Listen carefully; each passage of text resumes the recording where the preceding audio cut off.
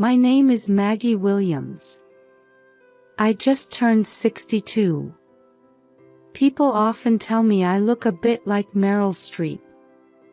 My hair has turned silver, but I think the wrinkles around my eyes are proof of a life filled with smiles. For over 30 years, I taught in public schools in the Bronx. Watching children grow was my life's work. I retired 2 years ago and now enjoy a quiet life. Every morning, I take a walk in Central Park. Breathing deeply as the morning sun filters through the trees brings me peace. I had a daughter, Danny. Saying had still makes my heart ache. She passed away a year ago at the young age of 32. They say it was a yachting accident. Danny was smart and kind. She worked on Wall Street while also being passionate about charity work for underprivileged children. Danny married Sharon Page 5 years ago. He was her colleague, looking a bit like a slightly chubby Brad Pitt.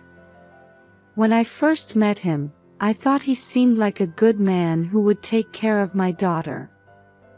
They have 2 adorable children, Anna, who's 5, and Hugo, who's 3. Since Danny's passing, my relationship with Sharon has become strained. When I call, he always says he's busy and hangs up. I rarely get to see my grandchildren anymore. The last time was 3 months ago at Anna's 5th birthday party. I can't forget the sadness in Anna's eyes that day. Every night, I've made it a habit to say good night while looking at Danny's photo. Instead of tears, I now feel a huge void in my chest. But I have to keep moving forward. That's what Danny would want. Today is Sunday. As usual, I woke up early and visited Greenwood Cemetery where Danny rests. It's hydrangea season, and the entire cemetery is adorned with blue and purple flowers. Danny loved these flowers when she was alive. "How are you doing, Danny?" I asked as I approached her gravestone, just like always. But then I noticed something unusual. There was a small figure in front of the gravestone. It can't be. My heart started racing. As I got closer, the figure became clearer. A dirty pink dress, tangled blonde hair. There was no mistaking it. Anna. I rushed over to find my granddaughter Anna asleep, leaning against the gravestone. Her clothes were torn in places, and her face and hands were covered in dirt and grass stains. It looked like she had been outside for days. "Anna, are you okay? Why are you here?" As I gently shook her shoulder, Anna slowly opened her eyes. Those big blue eyes were filled with tears. "Grandma." Her voice was hoarse as she called out to me. As I hugged her, I could feel her small body trembling. "I'm sleeping with Mommy." Those words made me feel like all the blood had drained from my body. As I gently stroked Anna's cheek, I tried to confirm if Mommy meant Danny. "Anna, why did you come here? Where's Daddy?" Anna shook her head and answered in a small voice, "Daddy is with the new Mommy." "New Mommy? Has Sharon remarried?" But it hasn't even been a year since Danny passed away. My head was spinning with confusion and questions. "Where's Hugo? Where's your brother?" "Hugo is with the new Mommy." Anna's words were fragmented, making it difficult to fully understand the situation. But one thing was clear: I couldn't abandon my granddaughter who was trembling and in tatters right in front of me. "It's okay, Anna. Grandma's here for you." As I picked Anna up, I was shocked by how light she was. I wondered how long it had been since she had eaten a proper meal.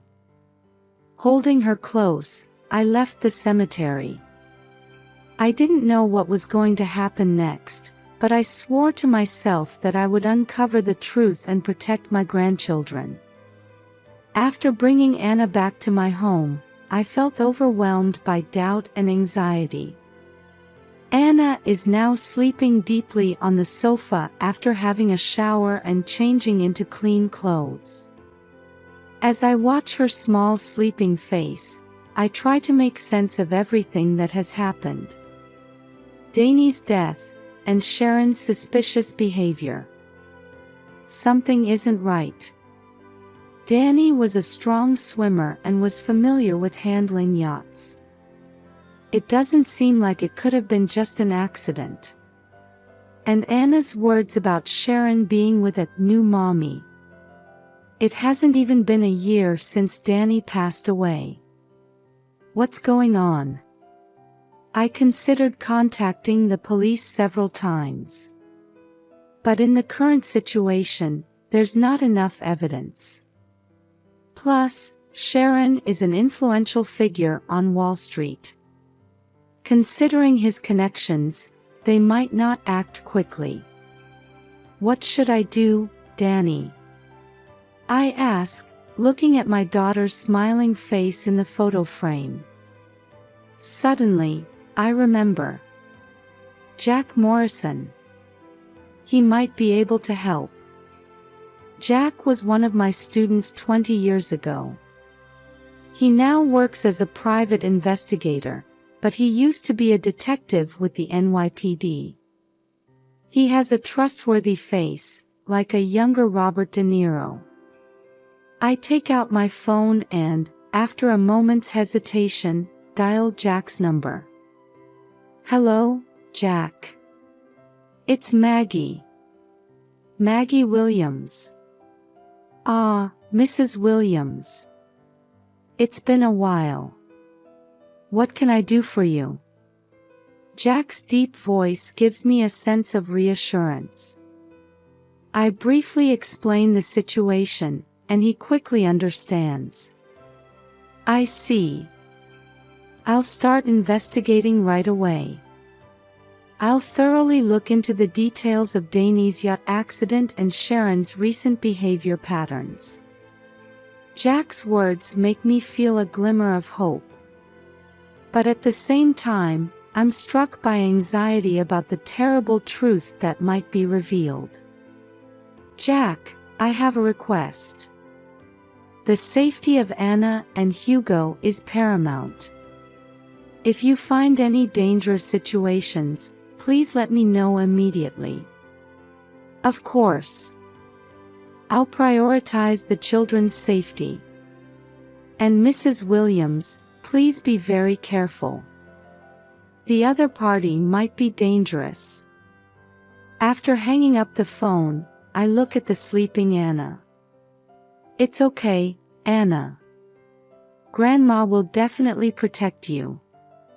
That night, I contacted Child Protective Services and started the process to temporarily take custody of Anna. This should ensure her immediate safety. But I'm still worried about Hugo. Is he safe too? The next morning, I received the first report from Jack. And its contents left me speechless. "Mrs. Williams, I've discovered something unbelievable." There's tension in Jack's voice. Sharon was indeed meeting someone in secret. The location was a luxury hotel in Manhattan, the Plaza. Those words made me feel like my stomach was being twisted. The Plaza is where Danny held her wedding after-party. It's a place full of memories. The man he was meeting is Mark Johnson, Danny's colleague. Mark Johnson.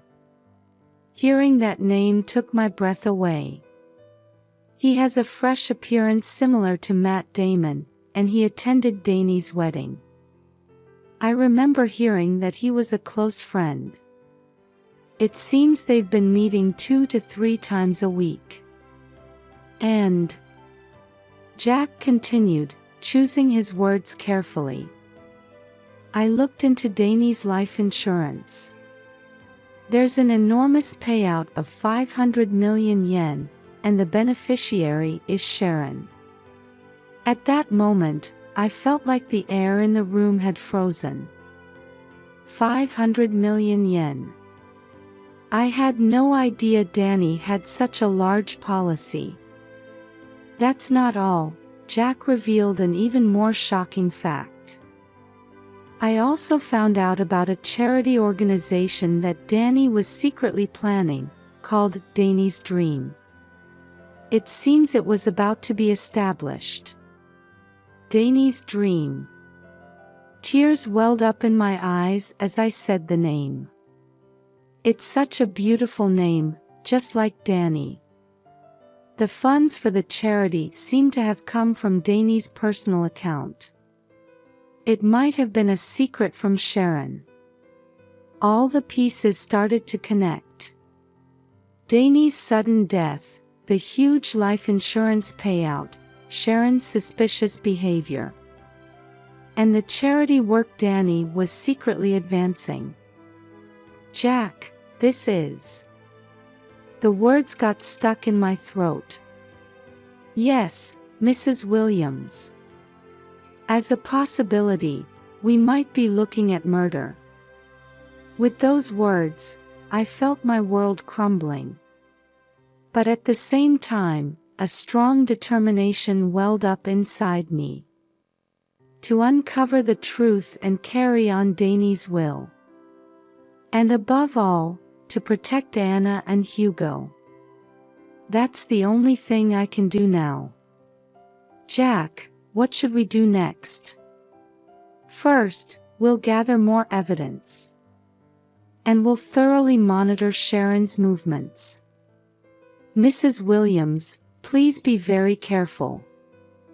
We don't know what the other party might do. After hanging up the phone, I gazed out the window. The New York skyline was starting to be tinged with the sunset. Somewhere out there, Hugo must be waiting for me. Wait for me, Hugo. I'll definitely come to save you. That night, I couldn't sleep for a long time. As sleepless nights continued, Jack's investigation steadily progressed. New information came in almost daily. Security camera footage, phone records, detailed analysis of financial transactions. These pieces slowly came together, revealing the terrifying truth. Mrs. Williams, we found decisive evidence. Jack's voice was filled with excitement one day. We found traces of Sharon and Mark modifying the yacht a few days before the accident. And Jack hesitated for a moment. We obtained emails exchanged between the two. They contained detailed plans for the murder. The moment I heard those words, I felt something crumble inside me. Undeniable fact. My daughter was murdered. Faced with the evidence, I experienced an intense internal conflict. The fear of accepting this truth and a strong thirst for justice. I want to reveal the truth for Danny's sake. But would that hurt my grandchildren even more? Night after night, I struggled with this conflict. Danny, what would you do? Days passed as I questioned my daughter's photo. Then one day, I had a sudden thought. Sarah Goldberg.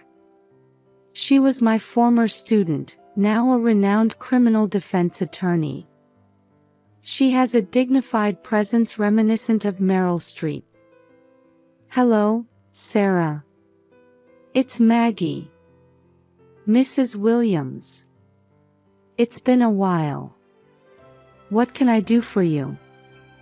After explaining the situation, Sarah immediately arranged a meeting. The next day, we discussed the evidence in Sarah's office. This is undoubtedly a murder case. But the opponent is an influential figure.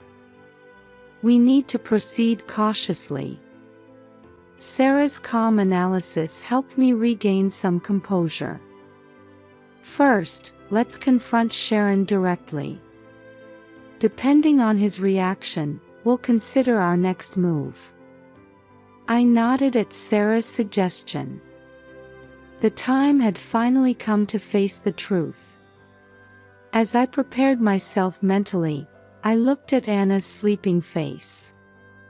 Grandma will protect you, even for Mommy's sake. And then, the fateful day arrived. Per se, a high-end restaurant in Manhattan. This is where I was to meet Sharon. My heart was pounding as I took deep breaths repeatedly. When Sharon appeared, there was a contemptuous smile on his face. What's this about, Maggie? Suddenly wanting to meet. Sit down, I said coldly. As we sat at the table, I slowly took out documents from my bag. What do you think these are? The smile disappeared from Sharon's face. Records of the yacht modification. And the email exchanges between you and Mark. Sharon's face turned pale. What are you talking about? That's enough. I know everything. That you killed Danny. And why? With trembling hands, I presented the life insurance documents. 500 million yen. Is this what you wanted? And Danny's dream was also in your way. Sharon's agitation intensified. Sweat was dripping from his forehead. No, that's not it. But his words sounded hollow. Admit it, Sharon. You can't run away anymore. At that moment, Sharon's phone rang. It was a call from Mark. His voice echoed throughout the restaurant as Sharon put it on speaker. Sharon, it's over. I'm turning myself in. I can't cover for you anymore. The blood drained from Sharon's face. Mark. What are you saying? I'm going to tell the police everything. I'm sorry, Sharon. It's over. After the call ended, Sharon collapsed into his chair. Why? I asked with a trembling voice. Danny loved you. Sharon covered his face with both hands. Looking at him, I felt a complex mix of pity and anger. Where are the children? Where's Hugo? Sharon answered in a small voice. At Mark's sister's house. At that moment, the restaurant door opened and police officers entered. Jack approached me from behind and placed a hand on my shoulder. Well done, Mrs. Williams. As I watched Sharon being taken away, I let out a deep sigh. It's over now. Danny, I was able to bring you justice.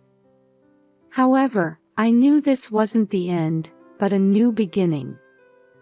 The time had come to start a new life with my grandchildren. The week after Sharon and Mark's trial ended, I stood in the Manhattan family court. This time, It was to gain custody of Anna and Hugo. My heart was racing as I took deep breaths. The judge carefully reviewed the documents and looked at me with narrowed eyes. "Mrs. Williams, you're 62 years old. Are you sure you can raise your grandchildren?" I straightened my back and answered in a clear voice. "Yes, I'm confident. I've worked with children for over 30 years as a teacher. And more than anything, I love Anna and Hugo." In court, Dr. Jane Robinson, a child psychologist, took the stand. Children who have lost their parents need a stable environment and loving caregiver. In my assessment, Mrs. Williams is the ideal caregiver. Furthermore, to confirm Anna and Hugo's wishes, the judge met with the children individually. When the judge returned, I felt a glimmer of hope seeing the softened expression on their face. "I've confirmed the children's wishes. They both strongly want to live with their grandmother." Finally, the judge ruled to grant me custody of Anna and Hugo. At that moment, a small applause broke out among the supporters in the courtroom. The day after gaining custody, I began the process of establishing Danny's Dream. I would realize the charity organization that Danny had secretly planned. Providing educational opportunities for children from impoverished families was Danny's dream. At the press conference for the establishment of Danny's Dream, I spoke through tears. This organization is a continuation of my daughter Danny's dream and will. I want to deliver her love and kindness to many children. For our new life, we moved to a new home in the Upper East Side. It's a green environment close to Central Park. On moving day, Anna and Hugo excitedly ran around their new rooms. "Grandma, is this our new home?"